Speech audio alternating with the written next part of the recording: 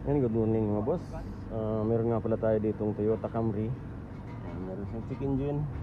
Tapos ang transmission niya guys, nagsiship lang sa number 1, sa number 1, number 2. Pagdating sa number 3 hanggang 4 wala na. Wala na siyang upshift. Ngayon, dinayagnos muna natin guys. Ayan ang lumabas. P0717, nakapending siya. Input turbine speed sensor A, circuit, no signal. Titingnan natin yan guys kung alin yan na walang signal na yan na circuit.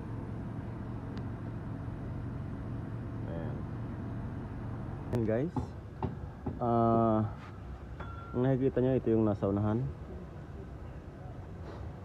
Ito yung sensor na nasa unahan. Ayan. Ayan, speed sensor din yan guys. Tapos ito, speed sensor din. Ayan. Ang input speed sensor guys, or yung trouble code natin na tinotrouble kaya hindi nag-shift ang gear, dito yon, hindi ito gumagana. Itong nasa puwet na speed sensor. Ayan. Ito yung pinaka tinatawag na input speed sensor. Ngayon tatanggalin natin guys at aalamin natin, baka marumi yung loob, or baka ang connector may diferensya, or baka yung kanyang ECU. Ito naman output speed sensor ito guys. Ayan. Titingnan natin yan lahat guys. Susundutin natin ang wire papunta dito, dahil ang TCM yan sa ECU magkasama. Ayan. Baklasin muna natin yung speed sensor guys. Yan, tatanggalin natin ang input speed sensor nya.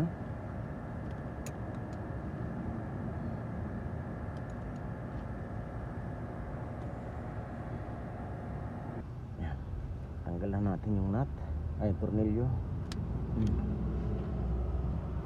Ito guys yung input speed sensor, wala naman siyang dumi. Tingnan natin kung gumagana siya. Pag may lumalabas siyang kuryente dyan, gumagana yan. Mamaya titingnan natin. Tapos titingnan din natin itong output nya. Ano, tatanggalin din natin yan guys. Yan, hugutin na natin to.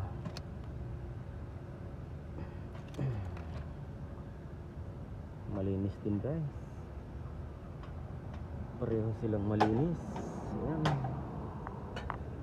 ito yung output, ito yung input, parehas lang yan. Ayan, parehas lang sila ng forma, parehas lang din yung kahaba. Yan, tingnan natin, sundutin natin kung gumagalaw ba yung ano.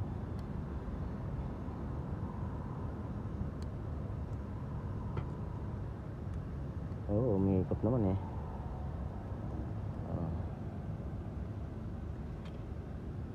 Umiikot naman siya, gumagalaw siya guys. Sinundot natin. Ngayon dito tayo magte-testing. Pag ito ay may signal, nandito yan sa connector papunta sa TCM. Pag ito naman lahat meron, ang problema niyan nandito na sa loob ng ECU na to. Yan guys. Yan guys, susubukan na natin. Ilagay natin dito sa 4 volts. AC volts, 4 volts. Yan. Yan siya. Subukan natin kung may signal.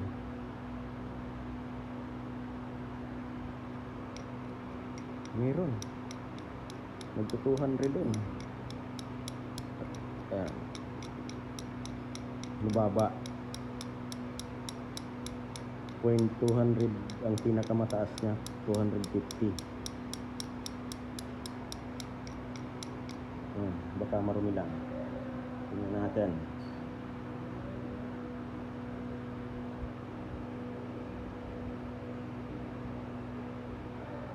Baka marumi lang siya guys.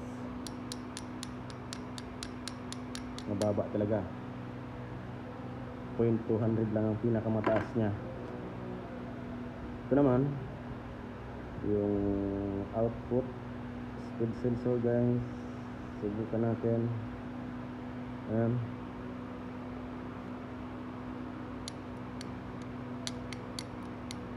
Nagna 900 ang pinakamataas niya. 0.900. Ito na nga ang problema niya guys. Yung sensor. Ayan. Ayan. Nagwa 1 pa nga eh. Nagwa 1 volts pa oh. Ayan. Ito ang problema niya guys. Yung isa. Ito. Circuit nga. Circuit. May signal pero mahina. Circuit na ang kanyang problema. Wala eh. Point ano lang. Magpo 0.300 din. Pero dapat tumaas pa siya dyan. Wala na yan guys. Ito ang problema natin. Cancel. Papalit tayo ng bago. Yung isang ito. Yan. Nakakuha tayo ng second hand guys. Susubukan din natin ito. Kung ayos pa, ito ikakabit natin. Yan. Tingnan natin kung parehas ang kanyang sukat. Kung parehas ang voltage na lumalabas.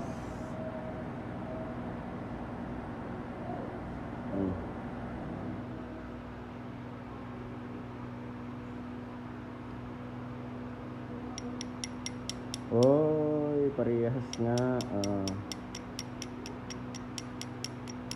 Ayan guys, tingnan niya.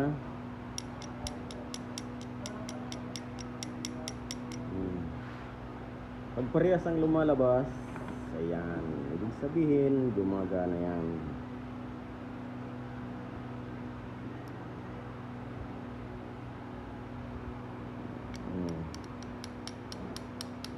Mataas. Okay. Pagdating dito guys, wala.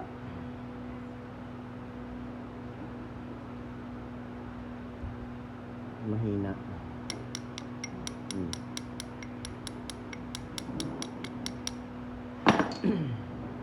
Ito yung kanyang problema, kaya hindi nagsi-shifting ang transmission. Mapa input or output speed sensor, parehas lang yan guys. Parehas sila. Parehas yung kahaba. Ayan. Yan. Cancel na ito guys. Ito kakabit natin. Tapos mamaya pagdating ng driver, i-testing natin. Magkakambyo na yan. Ngayon, kakabit na natin. Nagpalit tayo guys ng second hand na input speed sensor circuit kasi sira na ang isa. Mababa na ang voltage na nilalabas ng sensor kaya no signal. Ayan. Crank sensor guys, titestingin nyo rin ng ganyan yung sa crankshaft. Camshaft, crankshaft, ganyan din ang pagtesting. Ito naman sa transmission na speed sensor. Ayan. Bago natin ito kukumplituhan, i-switch on natin yung makina. Tapos titingnan natin kung ilang voltahe ba ang lumalabas sa kanyang connector para isahang gawa na tayo. Kumbaga check upin lang din natin para sigurado na at isahang trabaho guys. Ayan. Ngayon guys, susukatin natin.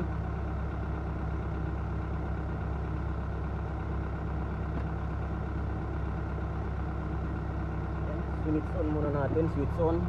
Tingnan natin kung mayroon ba siyang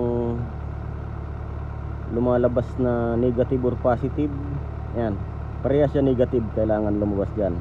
Isang napakahina at isang negative talaga. Ayan. Ang isa dyan guys, signal. Ayan. Itong isa. Yan. Parehas. Yan, may mahina, may malakas. Ngayon, dito naman tayo guys sa voltage. Kung ilang voltage siya.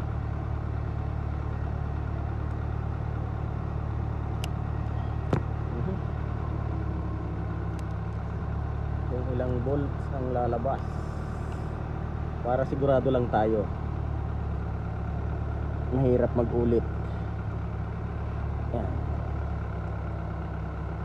Dito 1150, dito 1147.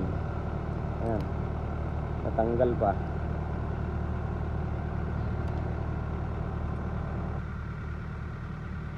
Ayan guys,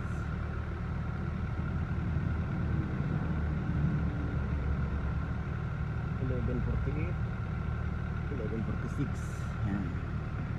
Dito naman tayo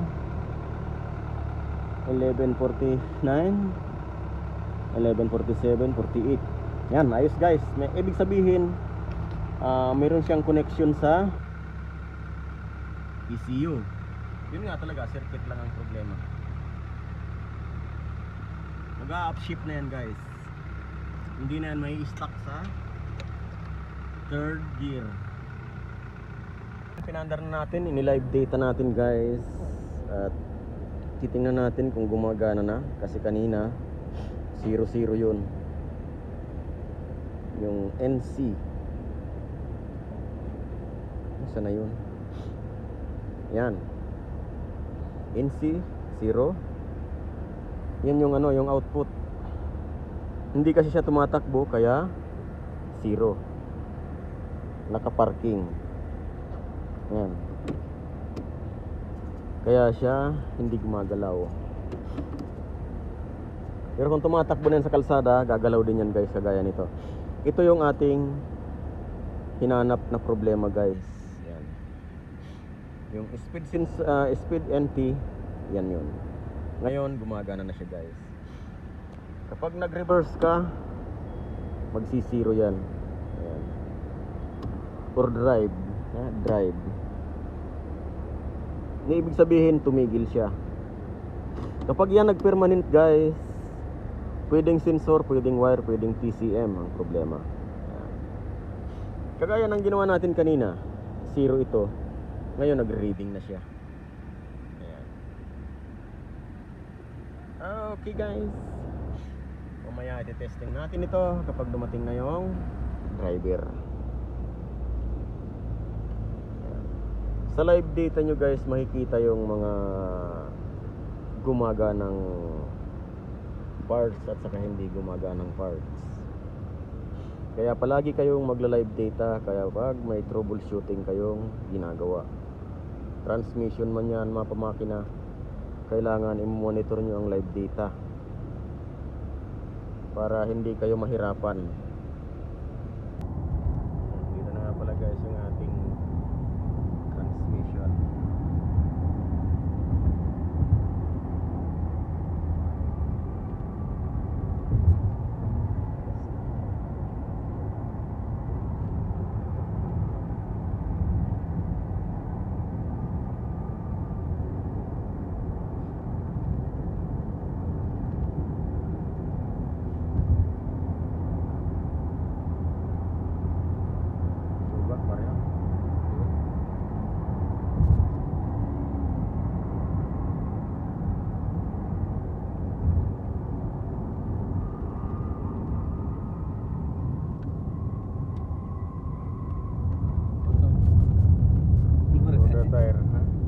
Stuck up the brake.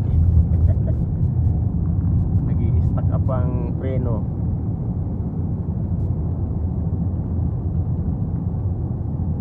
Papatanggal pa natin ang preno.